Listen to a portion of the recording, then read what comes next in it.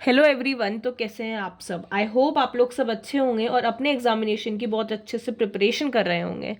आज का जो वीडियो है वो है एमएससी मैथमेटिक्स सेमेस्टर थर्ड वाले स्टूडेंट्स के लिए ऑपरेशन रिसर्च का क्वेश्चन है। और ये जो क्वेश्चन है वो लास्ट ईयर के पेपर में आया हुआ क्वेश्चन है, और सिर्फ लास्ट ईयर के पेपर में नहीं, उससे पहले भी कई बार पेपर में आया हुआ और पूछा हुआ क्वेश्चन है ना। तो देखते हैं आज का क्वेश्चन क्या है। Find the optimal solution of the given LPP. ये हमारे पास एक एलपीपी गिवन है, इसका हमें ऑप्टिमल सोल्यूशन निकालना है। Discuss the effect on the optimality of the solution when the objective function is changed to z is equals to 3x1 plus x2। मतलब basically ये जो एलपीपी हमें गिवन है इसका हमें ऑप्टिमल सोल्यूशन निकालना है। उसके बाद इस फंक्शन को चेंज करना है 3x1 प्लस x2 से, और फिर से हमें इसका ऑप्टिमल सोल्यूशन निकालना है। ठीक है। मैं थोड़ा सा जल्दी जल्दी इसलिए बोल रही हूँ क्योंकि ये जो वीडियो है वो वीडियो लंबी होने वाली है, क्योंकि जो हमारे जो ऑपरेशन रिसर्च के जो क्वेश्चंस होते हैं वो बहुत बड़े बड़े होते हैं, है ना। तो क्वेश्चन बड़े होंगे तो वीडियो भी बड़ी होगी, और फिर ऑप्टिमल से, और फिर ये जो ऑपरेशन रिसर्च वाले जो क्वेश्चंस होते हैं ये मैं आपको मतलब इन्हें समझाना भी मतलब बहुत ज़्यादा डिफिकल्ट वाला काम है। मतलब बहुत डिफिकल्ट काम है इनको आपको, आप लोगों को ऐसे समझाना, है ना। बट फिर भी मैं कोशिश करूंगी, जहाँ तक हो सकेगा मैं आप लोग को समझाऊंगी। और अगर आप लोग को फिर भी कुछ नहीं समझ में आता है तो आप मुझे कमेंट सेक्शन में बता देना कि दीदी मुझे ना ये चीज़ समझ में नहीं आई है। तो मेरे से जितना हो सकेगा मैं उतना आप लोगों को बताने की कोशिश करूंगी, है ना। तो देखते हैं, सबसे पहले तो क्वेश्चन देखते हैं आज का, है ना। Slack after introducing the slack variable x3 x4 and x5 the given problem reduce to the standard to this. देखो सबसे पहले तो क्या होता है, जो क्वेश्चन होता है ना, क्वेश्चन में हमें स्लैक वेरिएबल इंट्रोड्यूस करना होता है। अब हम स्लैक वेरिएबल इंट्रोड्यूस क्यों करते हैं? स्लैक वेरिएबल हम लोग इंट्रोड्यूस इसलिए करते हैं क्योंकि ये जो इनइक्वालिटीज है ना, ये जो इनइक्वालिटी के साइन है ये इक्वल टू में चेंज हो जाए बस। ठीक है, इसलिए हम लोग इसमें स्लैक वेरिएबल जो है इसमें, इसलिए हम लोग इसमें स्लैक वेरिएबल को इंट्रोड्यूस करते हैं। ठीक है, इसलिए हम लोग इसमें इसको इंट्रोड्यूस करते हैं। ओके, अब इक्वल टू में चेंज करने के लिए हमें तीन, हमारे पास यहाँ पर तीन इनइक्वालिटीज है, मतलब तीन ही स्लैक वेरिएबल यहाँ पर इंट्रोड्यूस होंगे। अब देखो स्लैक वेरिएबल इंट्रोड्यूस होते हैं वेरिएबल के फॉर्म में, जैसे x1 x2 x3 x4। इसके ये जो वेरिएबल्स हैं ये as a slack variable introduce होते हैं हमारी इनइक्वालिटी में। अब देखो सबसे पहले जो हमारा क्वेश्चन है ना, इसमें x1 और x2 वेरिएबल ऑलरेडी है क्वेश्चन में। ठीक है, तो अब हम जो स्लैक वेरिएबल लेंगे ना वो हम लेंगे x3 से। ठीक है, तो x3 x4 और x5 हम कितने लेंगे? हमें कितने स्लैक वेरिएबल्स चाहिए? तीन चाहिए। x3 x4 x5 हम लोगों ने ले लिया। ठीक है, अब देखो, अब यहाँ पर देखो x3 x4 और x5 हम लोगों ने इंट्रोड्यूस कर लिया स्लैक वेरिएबल। अब उसके बाद यहाँ पर हम लोगों ने सबसे पहले मैंने इसमें स्लैक वेरिएबल इंट्रोड्यूस करा है, इस वाली इनइक्वालिटी में मैंने x3 इंट्रोड्यूस करा है, इसमें x4 और इसमें x5। ठीक है, आप चाहो तो इसमें x3 x4 x5 आप एज अ सीक्वेंस भी चल सकते हो, बट मैंने सबसे पहले इसमें करा है 1 2 और 3, मतलब मैंने इस सीक्वेंस में लिया है। आप चाहो तो ऐसे भी सीक्वेंस में आप ले सकते हो। ठीक है, देखो x1 plus of x3 introduce करा तो यहाँ पर ग्रेटर देन इक्वल्स टू का जो साइन था वो 4, वो इक्वल टू में चेंज होके 4 हो गया है, मतलब इक्वल टू 4 हो गया है। ठीक है, ऐसे ही नेक्स्ट में इंट्रोड्यूस करा x4 को, इनइक्वालिटी का साइन चेंज होके इक्वल टू में कर लिया, और नेक्स्ट में हम लोगों ने इंट्रोड्यूस कर दिया x5, तो इनइक्वालिटी का साइन चेंज होके इक्वल टू 18 हो गया। इन तीनों इनइक्वालिटीज में हम लोगों ने इंट्रोड्यूस कर दिया है स्लैक वेरिएबल्स को, बट जो फंक्शन है फंक्शन में हम इंट्रोड्यूस नहीं करेंगे, तो इसलिए इसमें अगर कुछ नहीं होता, जैसे कि यहाँ पर कुछ भी नहीं है, यहाँ पर केवल हमारे पास 3x1 प्लस 5x2 था, केवल दो ही वेरिएबल थे, तो x3 का कोफिशिएंट क्या हो गया? 0 हो गया। ठीक है, x4 का x का भी 0 हो गया और x5 का भी 0 हो गया। ठीक है, अब आगे बढ़ते हैं। अब सबसे पहले हम लोग क्या करेंगे? टेबल बनाएंगे। अब सबसे पहले तो टेबल बनाना सीखो कि टेबल कैसे बनाते हैं। केवल चार चीजें याद रखनी है तुम लोग को, XB CB XB B और CJ। इतना याद रखना कि XB इस तरफ, CB इस तरफ, XB इस तरफ, B और CJ इसके जस्ट ऊपर। इतना सा याद रख लेना बस, उसके आगे, उसके अलावा तुम्हें कुछ भी याद रखने की ज़रूरत नहीं है। ठीक है, उसके आगे बस केवल समझना है, समझ जाओगे तो बहुत इजीली टेबल बन जाएगी, कुछ भी नहीं रखना है इसमें, है ना। तो सी बी हो गया, एक्स बी हो गया, बी हो गया, उसके ऊपर हम लोगों ने सी जे इंट्रोड्यूस कर दिया, ठीक है। अब सबसे पहले तो बी जो है, बी के आगे उतने वाई हम लेते चले जाएंगे जितने हमारे पास वेरिएबल है क्वेश्चन में। हमारे पास क्वेश्चन में वेरिएबल है x1 से लेकर x5 तक, ठीक है। तो यहाँ पर भी y1, y2, y3, y4 और y5 इतना आ गया, क्योंकि हमारे पास वेरिएबल जो है वो x5 तक है, तो यहाँ पर भी केवल y5 ही होगा, ठीक है। अगर हमारे पास क्वेश्चन में वेरिएबल x6 और x7 भी होता तो यहाँ पर हम लोग y5 के आगे y6, y7 भी हम लोग और जो है वो रोज हम इंट्रोड्यूस कर देते, ठीक है। बट इसमें नहीं है, तो केवल हम 5 तक ही लेंगे, ठीक है। अब सबसे पहले तो एक्स बी क्या होता है, एक्स बी जो होता है ना, एक्स बी हमारा होता है स्लैक वेरिएबल्स। हमारे पास यहाँ पर कितने स्लैक वेरिएबल्स है, 3 है, x3, x4 और x5। हमने एक्स बी के नीचे x3, x4 और x5 हम लोगों ने एज इट इज लिख दिया।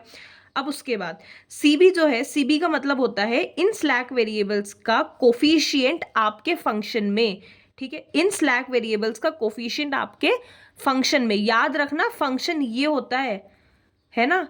और जो इनइक्वालिटीज होती हैं वो ये होती हैं, ठीक है। z जो है वो हमारा फंक्शन है, ये हमारे पास इनइक्वालिटीज है ना। तो cb क्या बोला मैंने, cb मैंने आपको बोला हमारे स्लैक वेरिएबल्स का कोफिशिएंट फंक्शन में, ठीक है। अब x3 का कोफिशिएंट फंक्शन में क्या है, 0, 0 आ गया। x4 का क्या है, 0, 0 आ गया। x5 का क्या है, 0, 0 आ गया, ठीक है। अब उसके बाद आगे चलते हैं, b क्या होता है। बी हमारे पास होता है इनइक्वालिटीज में सारे इक्वल टू के बाद का नंबर्स। इक्वल टू के बाद 4, 6, 8 है, 4, 6, 18, 4, 6, 18 है, सॉरी 4, 6, 18 हम लोगों ने एज इट इज लिख दिया। अब उसके बाद y1 की तरफ चलते हैं। y1 क्या है हमारा, y1 103, 103 कैसे आया, सबसे पहले तो x1 का कोफिशिएंट, ठीक है। x1 का कोफिशिएंट क्या है, कुछ भी नहीं होता, मतलब क्या है 1। x1 का कोफिशिएंट क्या है 1, 1 आ गया। x1 इसमें है, सेकंड वाली इनइक्वालिटी में नहीं है, मतलब क्या हो जाएगा 0। और x1 का इसमें कोफिशिएंट क्या है 3, तो यहाँ पर 3 हो गया, ठीक है। अब y2 चलेंगे, y2 का coefficient in the first inequality में x2 है ही नहीं, तो x2 0 आ गया। सेकेंड वाली इनइक्वालिटी में x2 का कोफिशिएंट कुछ भी नहीं है, मतलब क्या है 1 आ गया। x3 में इनइक्वालिटी का कोफिशिएंट x2 का coefficient in the third inequality is 2, तो 2 आ गया, ठीक है। ऐसे ही हम x3 को देखेंगे, x3 इसमें 1, इसमें 0 और इसमें भी 0, ठीक है, 1, 0, 0। अब y4 इसमें 0, इसमें 1 और इसमें भी 0, मतलब 0, 1, 0, 0, 1, 0। y5 मतलब x5 के कोफिशिएंट, x5 इसमें नहीं है, 0 इसमें नहीं है, 0 इसमें है, 1, मतलब 0, 0, 1, 0, 0, 1 आ गया, ठीक है। उसके बाद अब cj क्या होता है, cj हमारे पास होता है सारे के सारे हमारे कोफिशिएंट, ठीक है। सारे के सारे हमारे कोफिशिएंट किसमें, फंक्शन के सारे के सारे कोफिशिएंट 3, 5, 0, 0, 0, 3, 5, 0, 0, 0, 3, 5, 0, 0, 0 एज इट इज लिख दिया, ठीक है। अब चलो अब स्टार्ट करते हैं, अब हम स्टार्ट करते हैं, ठीक है। स्टार्ट में क्या होगा, सबसे पहले तो आपको zj माइनस cj की वैल्यू निकालनी है। अब zj माइनस cj की वैल्यू कैसे निकलेगी, ठीक है। सबसे पहले तो इस वाले रो में, है ना, रो 1 में, है ना। अब रो 1 में zj माइनस cj की वैल्यू कैसे निकलेगी, देखो इसमें क्या होता है 1 मल्टीप्लाई विथ cb, ठीक है। कितना हो गया 1 इंटू 0, देखो मैं आपको बता देती हूँ, है ना। 1 multiply with 0, 1 multiply with 0 plus 0 multiply with 0, 0 multiply with 0, फिर से plus 3 multiply with 0, 3 multiply with 0, क्या वैल्यू आई 0, 0, 0, क्या आया 0, ठीक है। फिर माइनस ऑफ cj क्या है यहाँ पर 3, तो माइनस ऑफ 3, तो वैल्यू क्या आ गई माइनस ऑफ 3, तो zj माइनस cj की वैल्यू क्या आ गई -3, ठीक है। आगे समझ में, फिर से एक और बार बता देती हूँ, देखो cj तो हमें यहाँ से मिल ही जाएगा, हमें केवल zj की वैल्यू निकालनी है। अब zj की वैल्यू कैसे निकलेगी, 0 multiply with 0 plus 1 multiply with 0 plus 2 multiply with 0, क्या आ जाएगा? 0 multiply 0 0 plus 1 multiply with 0 0 plus 2 multiply with 0 0, क्या आ गया? 0 0 हमारा ZJ हो गया। 0 माइनस ऑफ CJ मतलब 0 माइनस ऑफ CJ क्या है? 5, क्या आया? -5 आ गया। ये भी ZJ की वैल्यू ये भी सेम एज इट इज ही यहाँ पे आई। This multiply with this plus this multiply with this plus this multiply with this, जो भी आंसर आएगा उसे माइनस कर देंगे हम लोग, CJ से वैल्यू यहाँ पे आ जाएगी। ठीक है, ऐसे हमें ZJ माइनस CJ मिल जाएगा सारे के सारे रोज का। ठीक है, अब उसके बाद हम क्या करेंगे, हमें ये देखना है कि ZJ माइनस CJ में मोस्ट नेगेटिव वैल्यू कौन सी है। यहाँ पर मोस्ट नेगेटिव वैल्यू कौन सी है? -5। ठीक है, -5 ही मोस्ट नेगेटिव वैल्यू है। तो ये जो है ये एंटर करेगी, ये वाली जो रो है ये रो एंटर करेगा, ये रो क्या करेगी? एंटर करेगी। ठीक है, अब हमें क्या करना है, ये रो हमारी एंटर हो गई, तो जो बी वाली जो वैल्यूज है ना, बी वाली वैल्यूज को हमें डिवाइड करना है y2 की रो y2 की वैल्यूज के साथ। ठीक है, जैसे b का वैल्यू यहाँ पे 4 है, तो 4/0 क्या आ गया? कुछ भी नहीं आएगा। 6 डिवाइडेड बाय 1 6, 18 डिवाइडेड बाय 2 क्या आया? 9। तो इसमें हमें जैसे सबसे पहले मोस्ट नेगेटिव लेना है, ऐसे हमें इसमें लेना है लीस्ट पॉजिटिव। ठीक है, अब इसमें लीस्ट पॉजिटिव वैल्यू कौन सी आई? 6। ठीक है, कौन सी आई least positive value? Least positive value हमारे पास आई है 6 की, तो ये जो है ये लीव करेगा। ठीक है, यहां पर एंटर होगा और यहां पर लीविंग होगी। ठीक है, अब क्या एंटर करेगा? ये वाला रो जो है वो एंटर कर रही है, मतलब y2 जो है वो एंटर करेगा, और ये जो है वो लीविंग हो रही है, मतलब क्या लीव हो रहा है? x4 की क्या हो रही है? लीविंग हो रही है। तो यहाँ पर अब x4 लीव होके y2 एंटर करेगा, मतलब यहाँ पर x4 की जगह पे क्या आ जाएगा? x2 आ जाएगा। ठीक है, जो कि आएगा हमारे नेक्स्ट टेबल में। ठीक है, अब देखो, खैर मैं नेक्स्ट टेबल में आप लोग को बता दूंगी, पर फिर भी मैं आप लोग को थोड़ा सा ना हिंट दे देती हूँ इसमें, मतलब थोड़ा सा मैं आप लोग को इसी वाली टेबल में ना अगली वाली टेबल के बारे में हल्का सा मैं आपको मतलब पता बता देती हूँ। देखो क्या होता है, ये हमारा एंटर हुआ, ये हमारा क्या हो रहा है? एंटर हो रहा है। ये हमारा क्या हो रहा है? लीविंग हो रही है। ठीक है, ये हमारी क्या हो गई? लीविंग हो गई। तो इसमें सबसे कॉमन जो नंबर है वो क्या है? 1। ठीक है, कॉमन नंबर क्या है हमारे पास? 1 कॉमन नंबर है। ठीक है, अब क्या होता है, ये जो हमारे पास बॉक्स में नंबर आता है ना, ये हमेशा 1 आना चाहिए। ठीक है, यहाँ पे तो है 1, इसलिए हम इसका कुछ भी हम छेड़खानी नहीं करेंगे, बट ये हमेशा 1 ही आना चाहिए। अगर 1 नहीं होता तो हमें इसे कुछ ऑपरेशंस लगा के 1 करना होता है। यहाँ पर तो 1 ही है। ठीक है, और इसके ऊपर नीचे के जितने भी नंबर होते हैं, है ना, ये तो ZJ माइनस CJ है, तो मैं इसकी बात नहीं कर रही, इसकी बात नहीं कर रही, मैं इन 3 नंबर्स की बात कर रही हूँ, है ना।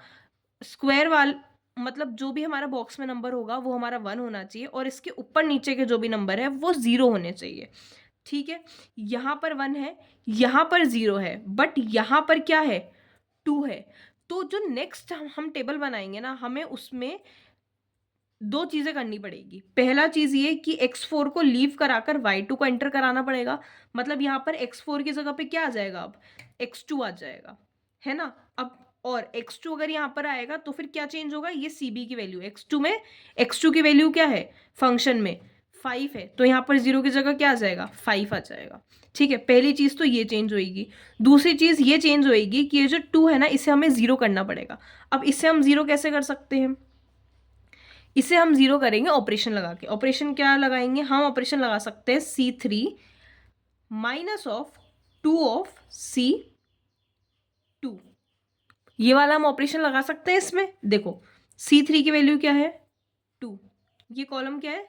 C3 तो है ना, C3 की वैल्यू क्या है? 2, 2 आ गया, माइनस ऑफ 2 C2 की वैल्यू क्या हो जाएगी? यहाँ पर 1 हो जाएगी, 1 क्या आ गया?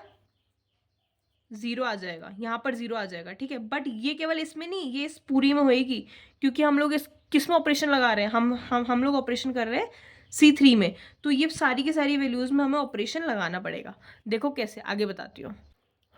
देखो सबसे पहले क्या चेंज हुआ, यहाँ पर x4 था, यहाँ पर अब x2 आ गया, क्योंकि x4 लीव होके x2 ने एंटर करा, तो x2 की कोफिशिएंट 5 है हमारे फंक्शन में, तो यहाँ पर 0 से 5 हो गया। ठीक है, उसके अलावा ये एज इट इज़ है, ये एज इट इज़ है, ये वाला जो था यहाँ पर क्या था, ये वाला एज इट इज़ है। ठीक है, अब देखो ये वाली रो केवल चेंज हुई है, ये वाली रो केवल चेंज हुई है। चेंज कैसे हुई है, हमने क्या पे ऑपरेशन लगाया, C3 is equals to C3 minus 2C2, है ना, C3 is equals to C3 minus 2C2। अब यहाँ पर सबसे पहले वाली टेबल देखना, यहाँ पर सब पहले वाली टेबल में था 18, है ना, यहाँ पे पहले वाली टेबल में क्या था, 18 था, तो 18 हम लेंगे माइनस ऑफ 6, ट्वाइस ऑफ 6 कितना आ जाएगा, 18 माइनस ऑफ 12, क्या वैल्यू आ जाएगी यहाँ पे 6, इसलिए यहाँ पे 6 आ गया। ठीक है, एज इट इज सेम यहाँ पर भी इस पूरे में हम लोगों ने ऑपरेशन लगाया, इसकी वैल्यू, इसलिए इसकी वैल्यूज यहाँ से लेकर कर यहाँ तक चेंज हो जाएगी। ठीक है, आप लगा के देख लेना, नहीं समझ में आएगा तो मैं बता दूंगी, पर ये आप लोग को समझ में आना चाहिए, केवल ऑपरेशन ही लगाया, उससे तो कुछ भी नहीं करा, और ऑपरेशन में क्या लगाया वो भी मैंने आप लोग को बता दिया है ना। आप लोग कोई अपना दिमाग भी लगाने की ज़रूरत नहीं है कि क्या ऑपरेशन लगा दिया दीदी ने, ऐसा कौन सा रॉकेट साइंस लगा दी दीदी ने, तो दीदी ने कोई रॉकेट साइंस नहीं लगाई है, दीदी ने केवल एक ऑपरेशन यूज़ करा है, और ये ऑपरेशन भी मैंने आपको बता दिया कि मैंने ये ऑपरेशन क्या यूज़ करा है, आपको केवल इसमें वैल्यूज़ पुट करनी है, तो हमें ये वाली न्यू वैल्यूज़ मिल जाएगी C3 वाले कॉलम की। ठीक है, अब उसके बाद नेक्स्ट यहाँ तक हो गया। अब उसके बाद सेम हम लोग ZJ माइनस CJ लेंगे। ठीक है, ZJ माइनस CJ के हम लोग वैल्यूज़ निकालेंगे। देखो 1 मल्टीप्लाई विथ 0 0, ठीक है, plus 0 multiply by 5 0, plus 3 multiply with 0 0, क्या वैल्यू आ गई 0, माइनस ऑफ यहाँ पर CJ क्या है 3, तो 3 क्या वैल्यू आ गई माइनस ऑफ 3, माइनस 3 आ गया, देखो आ गया। सेम एज इट इज इसमें 0 multiply with 0 0, plus 1 multiply with 5 5, plus 0 multiply with 0 plus 0, क्या वैल्यू आ गई 5। ठीक है, इसमें माइनस क्या करेंगे हम लोग, इसका CJ क्या है इसका 5 minus of 5 which is equals to 0 0 आ गया। ऐसे हम लोगों ने ZJ माइनस CJ की सारी वैल्यूज निकाल ली। ठीक है, अब क्या कहा था मैंने आप लोग को, ZJ माइनस CJ में हम लोग मोस्ट नेगेटिव लेंगे। मोस्ट नेगेटिव क्या है, यहाँ पर तो नेगेटिव केवल एक ही है -3, तो ये एंटर होएगा। ठीक है, अब जो एंटर होता है, जो रो यहाँ पर एंटर होएगी, वो वाली रो पूरी की पूरी डिवाइड होएगी 20 से। ठीक है, जैसे कि 4 डिवाइडेड बाय 1 1 4 आ जाएगा, 6 divided by 0 nil, 6 divided by 3 2, अब 4 और 2, यहाँ पे तो कुछ भी नहीं है, यहाँ पे तो नील ही है, 4 और 2 हमारे पास दो वैल्यूज आ गई। मैंने इसमें कहा था इसमें हमें लेना है मोस्ट नेगेटिव और इसमें हमें लेना है लीस्ट पॉजिटिव। लीस्ट पॉजिटिव कौन सा है 2, तो ये क्या होगा एग्जिट करेगा, ये एंटर करेगा और ये एग्जिट करेगा। अब ये देखो ये एंटर कर रहा है और ये क्या कर रहा है एग्जिट कर रहा है। ठीक है, कॉमन पॉइंट कौन सा आया 3, कॉमन वाले को हम लोगों ने बॉक्स में ले लिया। ठीक है, तो अब नई वाली टेबल में क्या चेंज होएगा, नई वाली टेबल में ये चेंज होएगा कि सबसे पहले तो y1 एंटर करेगा और x5 बाहर आएगा, तो y1 एंटर करेगा तो यहाँ पे x5 की जगह पे क्या हो जाएगा x1 हो जाएगा, है ना, x5 की जगह पे यहाँ पे क्या हो जाएगा x1 हो जाएगा। ये देखो नई टेबल में x5 की जगह पे क्या हो गया x1 हो जाएगा। x5 की पहले वैल्यू 0 थी पर x1 की वैल्यू 3 है हमारे फंक्शन में, तो x1 की वैल्यू 3 आ गई। ठीक है, अब उसके बाद ठीक है, तो यहाँ पे वैल्यू हमारे पास क्या हो गई 3 हो गई। ठीक है, अब मैंने कहा था कि जो आपका बॉक्स में नंबर होना चाहिए वो 1 होना चाहिए हमेशा। यहाँ पर क्या है 3, तो हम इस पूरी रो को क्या कर देंगे, इस पूरी रो को हम लोग डिवाइडेड बाय 3 कर देंगे। इसको अगर हम लोग डिवाइडेड बाय 3 कर देंगे तो यहाँ पर 1 बन जाएगा ना, तो हम केवल इस वाले नंबर में नहीं कर सकते ना, हमें ऑपरेशन हम जब भी लगाएंगे तब हम पूरी रो और पूरी कॉलम में लगाएंगे। ठीक है, तो डिवाइडेड बाय 3 करेंगे। ठीक है, तो अब यहाँ पर ऑपरेशन क्या हुआ, जो C3 कॉलम है वो डिवाइडेड बाय 3 हो गया, C3 is equals to C3 divided by 3 हो गया, C3 डिवाइडेड बाय 3 हो गया, तो 6 डिवाइडेड बाय 3 क्या आएगा 2, 3 डिवाइडेड बाय 3 1 आ गया, ये 0 -2 डिवाइडेड बाय 3 माइनस 2/3 आ गया, और 1 डिवाइडेड बाय 3 1 डिवाइडेड बाय 3 आ गया, ठीक है। तो यहाँ पर 1 हो गया। और मैंने ये भी कहा था कि इसके जितने भी एलिमेंट्स होंगे y1 के, zj माइनस cj की बातें नहीं होती है, केवल इन तीन नंबर्स की बात हो रही है। यहाँ पर 1 होना चाहिए, 1 हमने कर दिया। ये 0 होना चाहिए, ये ऑलरेडी 0 है, और ये भी 0 होना चाहिए, ठीक है। क्या होना चाहिए? ये भी 0 होना चाहिए। अब ये 0 कैसे होएगा? हाँ, तो इससे हमें क्या करना है? 0 करना है। तो हमें ये वाली तो रो हमें मिली गई, ये वाली हमें कॉलम मिल गया, ये वाला हमें कॉलम मिल गया। देखो, ये वाला कॉलम हमें मिल गया, ये वाला कॉलम हमें मिल गया। हमें केवल ये वाला कॉलम चाहिए। अब ये वाले कॉलम में 1 है, तो हमें इसे 0 बनाना है। हम इसे 0 कैसे बनाएंगे? देखो, जो हमारे पास नई जो कॉलम आई है, इसमें यहाँ पर 1 है, ठीक है, और इस वाले में यहाँ पर 1 है। तो अगर हम इसको माइनस कर देते हैं इससे, जैसे कि ये जो 3/3 हमने करा, तो इसकी वैल्यू क्या आ गई? 1 आ गई। यहाँ पर 1 है, तो अगर हम ये वाले कॉलम को, मतलब C1 में हम ऑपरेशन लगाते हैं, हम लोग C1 में हम ऑपरेशन लगाते हैं कि C1 माइनस ऑफ C3, ठीक है, C1 माइनस ऑफ C3, तो 1 माइनस ऑफ 1 क्या आ जाएगा? 0 आ जाएगा। यहाँ पर 4 होगा, यहाँ पर क्या हो जाएगा? यहाँ पे 6/3 हम करेंगे पहले ऑपरेशन में, तो यहाँ पे वैल्यू क्या आ जाएगी? 2 आ जाएगी। तो 4 माइनस ऑफ 2 2 आ जाएगा। 1 माइनस ऑफ 1 0 आ जाएगा। यहाँ पर 0 है, यहाँ पर 0 है, और यहाँ पर भी 0 ही होएगा। डिवाइडेड बाय 3 कर लो, तब भी यहाँ पे तो 0 ही रहेगा। तो 0 minus of 0 0, 1 minus of 0 1, 0 minus of 2/3, तो क्या हो जाएगा? 0 माइनस ऑफ -2/3, तो माइनस माइनस प्लस हो जाएगा, तो यहाँ पे आ जाएगा 2/3। 0 माइनस ऑफ 1/3, तो यहाँ पे माइनस ऑफ 1/3 आ जाएगा, ठीक है। ये आ गई वैल्यूज। ये हम लोगों ने नई, हमारी टेबल आ गई। नई टेबल में आगे समझ में कि हमने क्या करा, x5 को लीव करा दिया, x1 को एंटर करा दिया, x1 यहाँ पे आ गया, x5 हट के x1 यहाँ पर आ गया। वापस से हम लोग zj माइनस cj की वैल्यू निकालेंगे as it is. 0 multiply with 0 0, plus 0 multiply by 5 0, plus 3 multiply by 2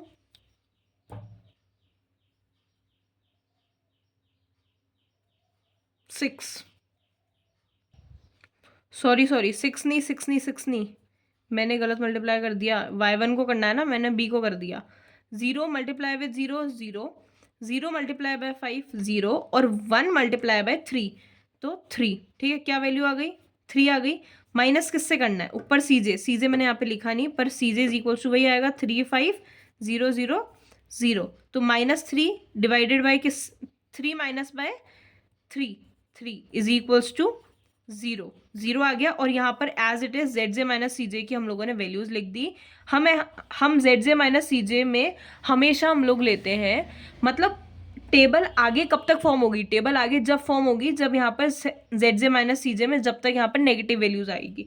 zj minus cj पूरा का पूरा पॉजिटिव है, मतलब हमें हमारा ऑप्टिमल सोल्यूशन मिल चुका है। अब आगे हमें कोई सोल्यूशन नहीं करना है, ये हमें मिल गया, ठीक है। अब since all the zj minus cj is greater than 0, the optimum bfs is obtained, ठीक है, is attained, ठीक है। अब हमें क्या सोल्यूशन मिला? हमारे पास फंक्शन क्या था? 3x1 plus 5x2 plus 5x2। x1 की हमें वैल्यू मिल गई, x1 की हमें वैल्यू क्या मिल गई? 2, और x2 की वैल्यू क्या मिल गई? 6।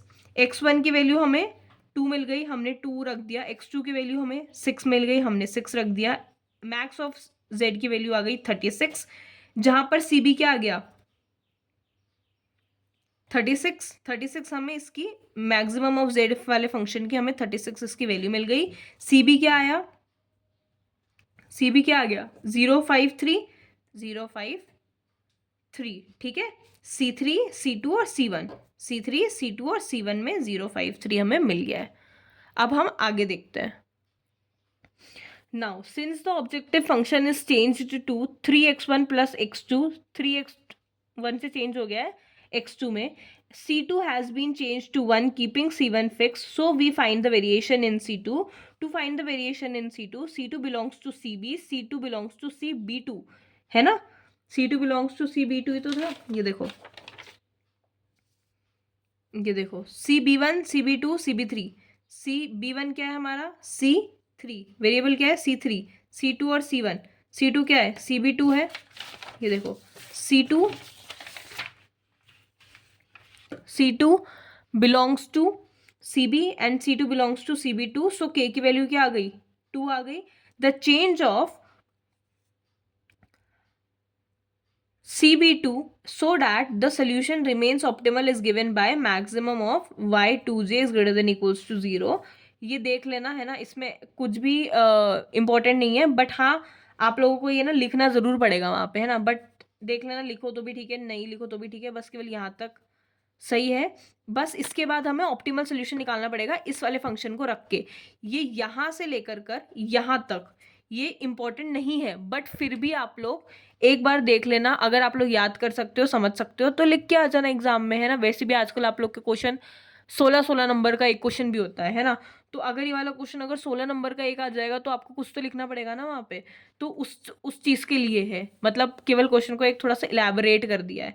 नहीं तो जो क्वेश्चन है वो एक बार हम लोगों ने ऑप्टिमल सोल्यूशन निकाल दिया, के की हम लोगों ने वैल्यू निकाल दी 2, तो अब हमें इस नए फंक्शन के साथ ऑप्टिमल सोल्यूशन निकालना है, जो कि अब इंपॉर्टेंट है। यहाँ से लेकर यहाँ तक का इंपॉर्टेंट नहीं है, बट अगर क्वेश्चन 16 नंबर का अगर आ जाता है तो ये आपको लिखना पड़ेगा, देख लेना, है ना। तो अब हम आगे बढ़ते हैं, हम इसके साथ क्या निकालेंगे, इस वाले फंक्शन के साथ हम लोग ऑप्टिमल सोल्यूशन निकालेंगे, जो कि इंपॉर्टेंट है। हाँ, तो यहाँ तक हम लोगों ने सॉल्व ऑलरेडी कर लिया है ना। ये देखो, जो हम लोगों ने लास्ट टेबल छोड़ी थी वो हम लोगों ने ये टेबल यहाँ पे छोड़ी थी, हम इसी वाले टेबल से स्टार्ट करेंगे, हमें दोबारा से शुरू नहीं करना है। ये देखो, डिफरेंस मैं आपको बता देती हूँ क्या है, यहाँ पर x2 का जो वेरिएबल था वो 5 था, ठीक है। क्वेश्चन में हमारे पास x2 का वेरिएबल, ये देखो x2 का वेरिएबल 5 था फंक्शन में। अब हमें x2 का वेरिएबल क्या लेना है, 1 लेना है। तो यहाँ पर x2 का वेरिएबल क्या है, यहाँ पर x2 का वेरिएबल 5 है, तो अब हमें बस केवल यहाँ पर x2 का वेरिएबल क्या करना है, 1 करना है। बस उससे ज़्यादा कुछ भी डिफरेंस नहीं है ना, उससे ज़्यादा कुछ भी डिफरेंस नहीं है, बाकी सारी चीज़ें एज इट इज़ सेम है। बस यहाँ पर x2 का वेरिएबल 1 करना है, यहाँ पर x2 का वेरिएबल जो है वो 5 था, और ये जो CJ था वो 3500 था, अब CJ 31000 हो जाएगा, ठीक है। चलो अब हम इसके साथ सॉल्व करते हैं। ये हो गया। सेम प्रोसेस हम लोग ZJ माइनस CJ निकालेंगे। यहाँ पर जो ZJ माइनस CJ आएगा वो ये आएगा, जो कि एक -1 आएगा। हमें यहाँ पर नेगेटिव वैल्यू लेनी होती है, सबसे मोस्ट नेगेटिव वैल्यू लेनी होती है। यहाँ पर नेगेटिव वैल्यू -1 है, इसलिए ये जो है ये एंटर करेगा, ठीक है। यहाँ पर ये चीज़ एंटर करेगी, मतलब कि y4 एंटर करेगा। तो यहाँ पर y4 एंटर करेगा। अब b के वैल्यूज के साथ हमें जो भी एंटर कर रहा होता है उसे डिवाइड करना होता है। b क्या है यहाँ पे 2, सो 2 डिवाइडेड बाय 3/2, तो वैल्यू क्या आ जाएगी 3। 6 डिवाइडेड बाय 1, वैल्यू आ जाएगी 1, और 2 डिवाइडेड बाय -1/2, तो इसकी वैल्यू कुछ भी नहीं आएगी। तो यहाँ पे हमारे पास 3 6 आ जाएगा, 3 6। तो यहाँ पे हमें लेना होता है लीस्ट पॉजिटिव। 3 और 6 में से लीस्ट पॉजिटिव क्या है, छोटा नंबर क्या है, छोटा पॉजिटिव क्या है, 3 है। 3 यहाँ पर लीव करेगा, मतलब y4 जो है वो एंटर करेगा, और ये जो है x3 जो है वो लीव करेगा। हाँ, तो सेम प्रोसेस, हमारे पास कॉमन नंबर कौन सा आ गया, 2/3, ठीक है। क्या आ गया कॉमन नंबर, 2/3। अब ये जो कॉमन नंबर है इससे हमें क्या करना पड़ेगा, 1 बनाना पड़ेगा। इसे क्या बनाना पड़ेगा, हमें 1 बनाना पड़ेगा, और इससे 0 और 0 बनाना पड़ेगा, ठीक है, ठीक है। तो जब ये एंटर करेगा तो सेम प्रोसेस है कि यहाँ पर x3 की जगह पर x4 आ जाएगा, ठीक है। x3 की जगह पर x4 आ जाएगा। x4 की वैल्यू फंक्शन में क्या होगी, 0 ही होगी, 0 आ जाएगा।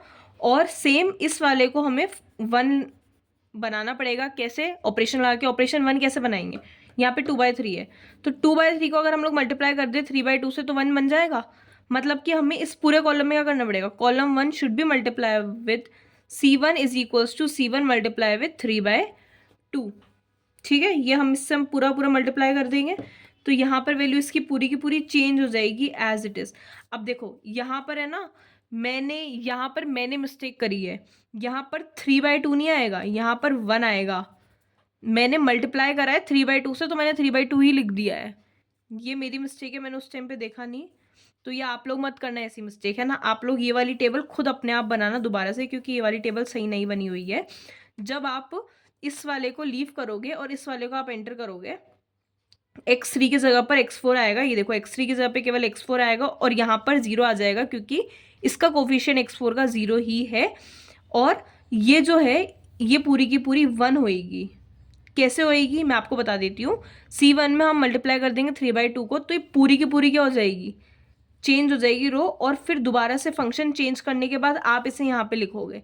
और ये 1 है, ये वाला 1 नहीं है बस, है ना। ये वाली चीज़, ये वाली 1 है, ये 0 करनी पड़ेगी, और ये वाला भी 1, ये वाला भी 0 करना पड़ेगा। अब इसे 0 कैसे करोगे, इसे आप लोग मल्टीप्लाई कर दोगे 3/2 के साथ, तो ये वाली, तो यहाँ पर वैल्यू क्या आ जाएगा, 1 आ जाएगा। फिर आप ऐसा कर सकते हो, यहाँ पर 1 है, इसे हमें क्या करना है, 0 करना है। तो आप ऐसा कर सकते हो कि जो C2 है ना, जो C2 है, ये जो C2 है, C2 में आप ऑपरेशन लगा सकते हो C2 माइनस C1, C2 में माइनस ऑफ C1, ठीक है। तो आप 1 माइनस 1 0 आ जाएगा। ये भी पूरी की पूरी चेंज होके एज इट इज आ जाएगी, है ना। इसे करना आप लोग, ओके। और फिर जो थर्ड वाला रो है, इसमें है -2/3। अब इस -2/3 को कैसे करोगे, इसे ऐसे करना, इसे भी आपको ना 0 बनाना पड़ेगा। 0 कैसे बनाओगे, C3 is equals to C3 plus of 2/3 of C1, 2/3 of C1, ये वाला ऑपरेशन लगाना, प्लस ऑफ 2/3 ऑफ C1। देखो C3 क्या है, minus 2/3 plus of 2/3 as it is. C1 क्या आ जाएगा, यहाँ से 1 आ जाएगा, 1 आ जाएगा। यहाँ पे क्या वैल्यू क्या आ जाएगी, 0 आ जाएगी। तो ये पूरे के पूरे C3 में ये वाली वैल्यू लगे, ये वाला ऑपरेशन लगेगा, और फिर इसकी वैल्यू भी चेंज हो जाएगी। बट इतना कंफर्म है कि ZJ माइनस CJ जो है वो आपका नेगेटिव नहीं आएगा, वो आपके सारे के सारे वैल्यूज़ क्या आएंगे, पॉजिटिव ही आएंगे, ठीक है। पॉजिटिव आने के बाद हमें x1 और x2 की तो वैल्यू चाहिए ना, हमें हमारा मैक्सिमम निकालने के लिए। भाई x1 की वैल्यू चाहिए और x2 की वैल्यू चाहिए। x1 और x2 की वैल्यू आप b से यहाँ से निकाल लेना। जो भी वैल्यू आएगी आप इसमें x1 में और x2 में पुट करके इसका वैल्यू निकाल लेना, ठीक है। ये बस ये वाली टेबल गलत है, तो कोई बात नहीं, अच्छी बात है ना, आप लोग की प्रैक्टिस भी हो जाएगी। आप ये वाली टेबल खुद से बनाना, है ना, और मुझे बताना है कि इसका आंसर मैंने सही निकाला है या फिर इसका आंसर मेरा भी गलत है ना। और अगर आप लोगों से नहीं अगर हो पाता है फिर भी, तो आप लोग मेरे को बता देना, मैं आप लोगों को फिर से एक छोटा सा एक शॉर्ट बना के मैं आप लोग को बता दूंगी कि ये जो है ये टेबल सही कौन सी टेबल है ना। मतलब इसकी जगह पे ये सही टेबल भी मैं आपको बना के बता दूंगी। अगर आप लोग को नहीं आती है तो बस मुझे कमेंट सेक्शन में बता देना कि दीदी आप एक बार बना के बता दो, हमसे नहीं बन पाई, ठीक है। और अगर बन जाती है तो मुझे कमेंट सेक्शन में करके बताना कि आप लोगों से बन गई और दीदी इसका आंसर ये नहीं ये है, या फिर यही है, आपने आंसर सही निकाला है, ठीक है। मुझे याद नहीं आ रहा है कि इसका आंसर सही है या फिर गलत है, बट ये टेबल गलत बनी हुई है, okay. Thank you so much, bye bye, keep watching, keep studying and keep supporting me. अगर आप लोग को समझ में आया हो, अच्छे से समझ में आया हो, तो चैनल को सब्सक्राइब कर देना, लाइक कर देना और अपने फ्रेंड्स के साथ शेयर कर देना, ताकि उन लोगों को भी हेल्प मिल सके। Okay, bye bye, thank you so much.